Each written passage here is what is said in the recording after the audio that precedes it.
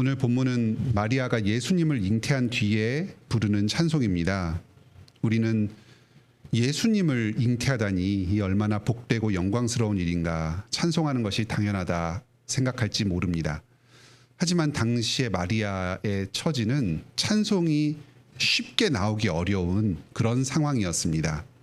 당시 마리아는 요셉과 약혼하고 결혼을 앞두던 상황이었습니다. 요셉은 다윗 가문의 자손이었고 마리아는 엘리사벳의 친척이었습니다. 마리아의 지파가 어딘지는 구체적으로 나오진 않지만 아론 지파였던 엘리사벳의 친척이었던 걸로 봐서 아마 그 아론 지파에 속했던 것 같습니다. 당신은 관례적으로 만 15세 전후로 해서 결혼을 했습니다. 마리아도 아마 그쯤 되었을 것입니다. 오늘날로 치면 중학생 정도의 나이입니다. 그런데 가브리엘 천사가 어느 날 마리아에게 나타나서 네가 은혜를 입었다. 네가 하나님의 아들을 잉태할 것이다 합니다. 깜짝 놀랄 일입니다. 아직 남자를 알지 못하던 처녀가 아이를 임신한다니 말입니다. 더군다나 지금 결혼을 앞두고 있습니다. 남편과 주변의 사람들에게 이 일을 대체 어떻게 설명한단 말입니까? 사람들은 과연 성령으로 잉태되었다는 말을 믿어줄까요? 앞으로 이 마리아의 삶은 어떻게 될까요? 여러 걱정이 들 수밖에 없는 상황이었습니다. 하지만 마리아는 이런 상황 가운데서도 하나님의 말씀을 믿었습니다. 누가복음 1장 38절에 주의 여종이오니 말씀대로 내게 이루어지이다. 이것은 단지 천사의 환상을 보고 천사가 하는 말만을 듣고 믿은 것은 아닙니다. 어린 시절부터 부모님께 들어왔던 구약 말씀에 대한 믿음이었습니다. 오늘 본문의 찬송시를 보면 마리아가 구약 말씀을 전반적으로 잘 알고 있었다는 게 드러납니다. 마리아에게는 성경 말씀에 대한 지식이 있었습니다. 장차 메시아가 다시 오셔서 이스라엘을 구원하실 것이다 하는 그 약속의 말씀을 믿음으로 소망하는 마음이 있었습니다. 그런데 천사가 나타나서 하나님의 그 약속이 지금 마리아에게 이루어졌다 하고 증언을 합니다. 그 약속된 메시아가 잉태되었다. 놀라고 믿기지 않는 사실이지만 지금까지 자기가 알아왔고 믿어왔던 그 성경 말씀에 정확하게 부합하는 증언을 하니까 그 천사의 말을 믿을 수 있었습니다.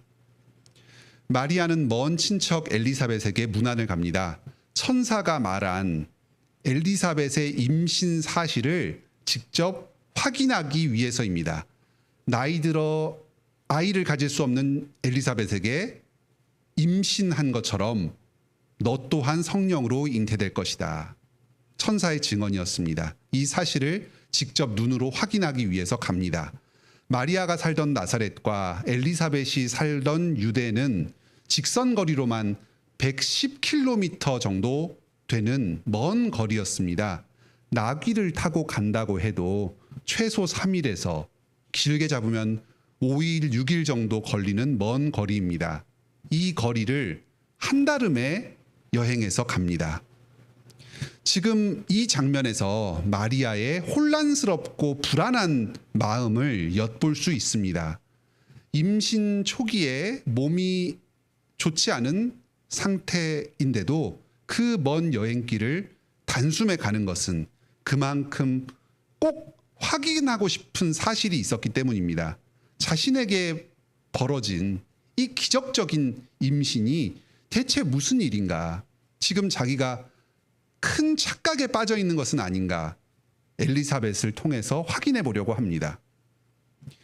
이제 엘리사벳과 마리아가 지금 그 태중에 각각 세례 요한과 예수님을 품고서 만납니다. 엘리사벳이 성령이 충만해집니다. 주님을 예비하는 사명을 받은 그 세례 요한이 지금 태중에서 예수님의 계심을 느끼고 기뻐서 뛰놉니다. 엘리사벳이 마리아에게 말합니다. 주께서 하신 말씀이 반드시 이루어지리라고 믿은 그 여자에게 복이 있도다. 이 말이 지금 불안하고 흔들리는 마리아에게 얼마나 큰 위로가 되었겠습니까? 너의 믿음이 참으로 확실하다. 동정녀로 임신한 너에게 참으로 복이 있다. 주님의 말씀이 이루어지리라고 굳게 믿은 너에게 복이 있다.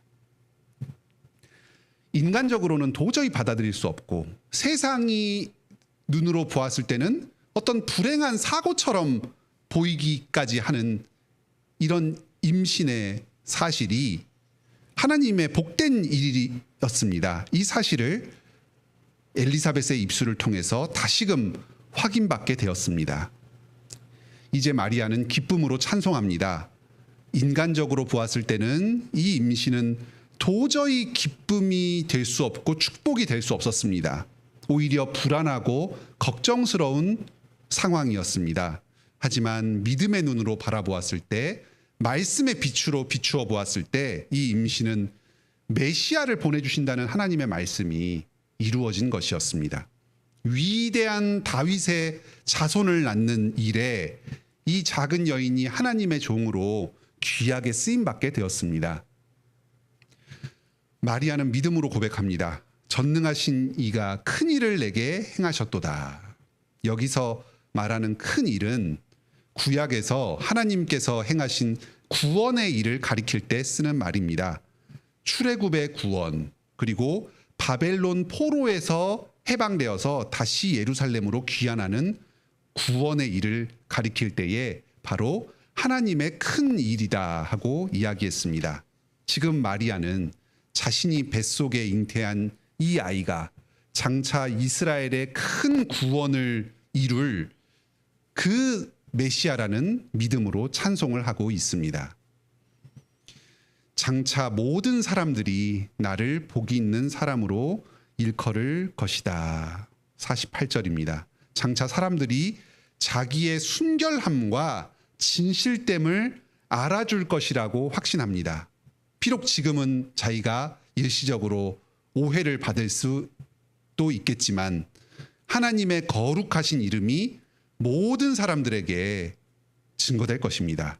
자신 또한 주님께 쓰임받은 귀한 종으로, 거룩한 종으로 명예를 얻을 것이라고 고백하며 나아갑니다.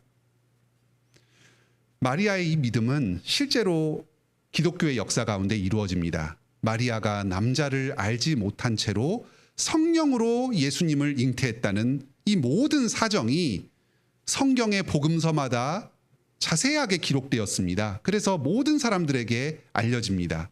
마리아가 성령으로 예수님을 잉태했다. 이 사실이 사도신경에도 포함되어서 우리 기독교 신앙의 핵심적인 고백으로 여겨지고 있습니다. 마리아는 순결한 여인으로, 만세 복 있는 여인으로 일컬어지고 있습니다.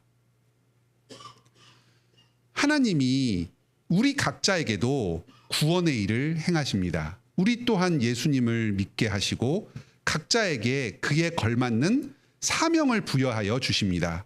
우리 각자의 수고를 통해서 이 땅 가운데 하나님이 구원이 이루어지도록 하십니다. 비록 우리는 마리아처럼 예수님을 잉태하는 일에 쓰임받지는 않습니다. 하지만 우리 또한 저마다 그 하나님의 크신 구원의 일 가운데에 주님의 종이 되어서 쓰임받습니다. 인간적으로 보았을 때는 우리에게 맡겨진 그 일이 보잘것없고 고생스럽기만 한 일처럼 보일 수도 있습니다. 때로는 세상 사람들, 믿지 않는 사람들에게 부당한 오해를 받을 수도 있습니다.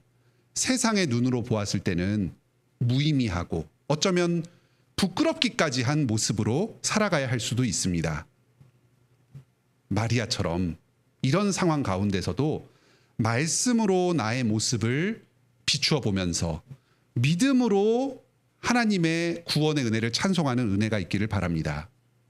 나는 비천한 자인데, 아무것도 아닌 자인데 나를 주님의 종으로, 주님의 귀한 그릇으로 사용하여 주시니 감사합니다. 장차 모든 사람들이 나를 복되다 할 것입니다. 우리에게 믿음이 없이는 하나님께서 우리에게 베풀어 주신 복을 복으로 받지를 못합니다. 아무리 큰 복을 주셔도 찬송하지 못합니다. 하지만 믿음이 있으면 어떤 어려운 상황 가운데서도 주님의 은혜가 나에게 넘친다는 사실을 깨닫게 됩니다. 이 주님의 넘치는 은혜를 바라보면서 기뻐하면서 찬송하게 됩니다. 이번 성탄을 맞이하여서 나와 함께 하시고 나에게 복을 주시는 이 예수님의 은혜를 믿음으로 바라보시길 바랍니다. 기쁨과 찬송이 넘치는 성탄이 되시길 바랍니다. 지금까지 마리아는 믿음으로 자신의 상황을 바라보며 찬송했다는 말씀을 들었습니다. 다음으로 마리아는 자신의 임신을 통해서 장차 이스라엘의 구원이 임할 것을 바라보면서 찬송했습니다. 오늘 본문에서는 하나님의 은혜를 입는 사람들이 여러 가지 다양한 표현으로 나옵니다.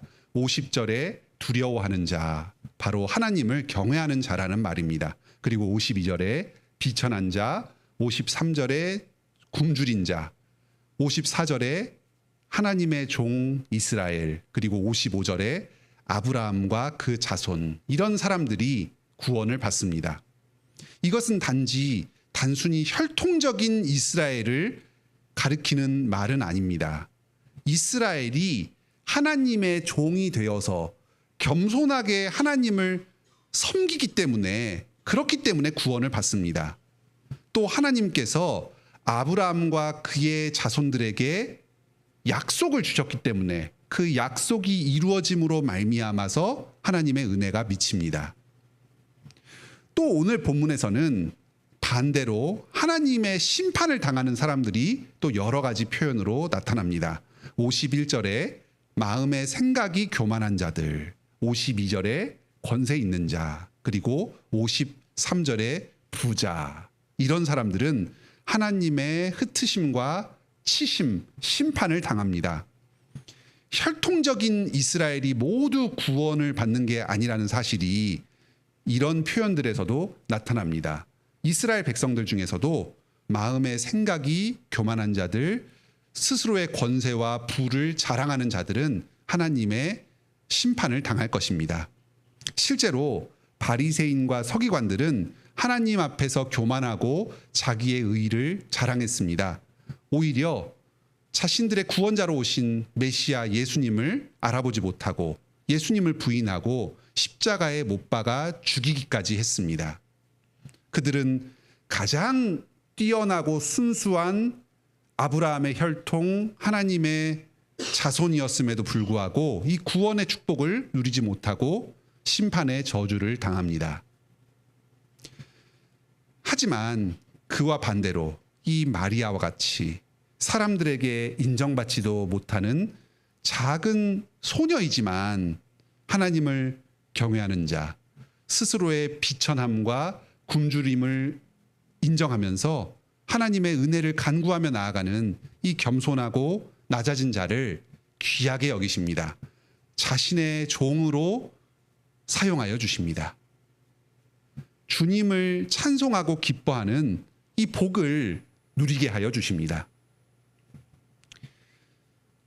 이 본문의 말씀을 오해하면 이것은 부자들을 멸망시키고 가난한 자들을 높이신다, 이렇게 생각을 하기가 쉽습니다. 사회적으로 가난하다고 해서 또 비천한 처지에 있다고 해서 무조건 복을 받는 것은 아닙니다. 또 재산이 많은 부자나 권력자들이라고 해서 또 무조건 심판을 당한다는 것도 아닙니다. 중요한 것은 그 마음의 태도입니다. 51절에서 나오듯이 그 마음의 생각이 교만하고 하나님 앞에서 스스로의 권세를 자랑하면서 자신의 의로 부유함을 누리는 사람들은 어떠한 사람이든 주님의 긍휼을 얻지 못합니다. 하지만 스스로가 비천하고 또 굶주리고 하나님을 경외하는 이런 사람들은 주님의 긍휼을 얻을 것입니다. 마태복음 5장에 나오는 이 팔복에 겸손하고 낮아진 심정을 가지고 주님의 은혜만을 간구하면서 하나님께 예수 그리스도께로 나아오는 이 사람들에게 주님의 큰 축복을 누릴 수 있는 자격이 주어집니다. 예수님은 교만한 자들을 심판하는 심판주로만 오신 것이 아닙니다. 너가 교만하냐? 그러면 너가 멸망당해야 되겠다. 이렇게 사람들을 판단하고 심판하기 위해서 이 땅에 오신 것이 아닙니다. 죄인들의 그 마음을 돌이키고 죄인들의 죄악됨을 깨우쳐서 하나님께로 인도하기 위해서 구원주로 이 세상에 오셨습니다. 교만하고 높아진 사람이라 하더라도 주님의 그 사랑과 긍휼 가운데 있습니다. 그 마음을 여러 방식으로 깨우치시고 낮추시고 돌이키셔서 스스로 죄를 깨닫게 하십니다. 회개하면서 주님의 긍휼을 구하며 나오도록 변화시키시고 인도하여 주십니다. 예수님을 대적하였던 바리새인들까지도 끝까지 인내하시면서 말씀을 가르치시면서 회개하도록 이끄셨습니다. 이제 이 예수님의 긍휼과 자비가 이스라엘 민족을 넘어서 모든 민족들에게 미칩니다. 오늘 이 찬송에는 이스라엘을 넘어 온 세상을 구원하시는 하나님의 그 구원의 경륜이 명확하게 드러나지는 않습니다. 다만 여러 표현으로 암시적으로 나타납니다. 48절에 만세에 일컬을 것이다. 50절에 대대로 이루리로다. 55절에 영원히 하시리로다. 이런 영원을 암시하는 표현들이 장차 예수님의 구원이 이스라엘의 경계를 넘어서 모든 민족에게로 널리 확장될 것을 암시하고 있습니다. 지금 마리아는 자신의 태중에서 시작된 이 작은 생명이 장차 이룰 큰 구원을 믿음으로 바라보고 있습니다. 나로부터 시작된 이 구원의 일로 말미암아서 장차 이스라엘과 온 인류가 하나님의 구원의 은혜를 누릴 것을 믿음으로 바라보면서 기뻐하며 찬송하고 있습니다.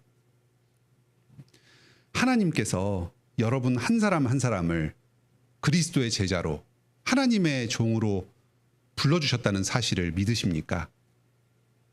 그렇다면 여러분도 기뻐하시기 바랍니다. 장차 하나님께서 여러분 한 사람 한 사람을 사용하셔서 큰 구원의 일을 이루실 것입니다. 많은 사람들이 여러분을 통하여서 하나님의 은혜를 누리고 구원받게 될 것입니다.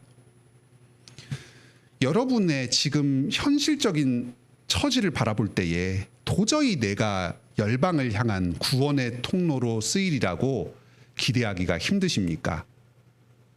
마리아도 여러분과 비슷했습니다.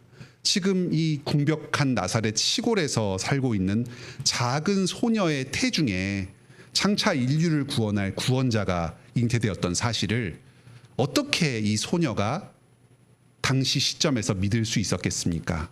하지만 이 소녀는 하나님의 약속의 말씀을 믿고서 온 이스라엘의 장차 임할 구원을 기뻐하였습니다.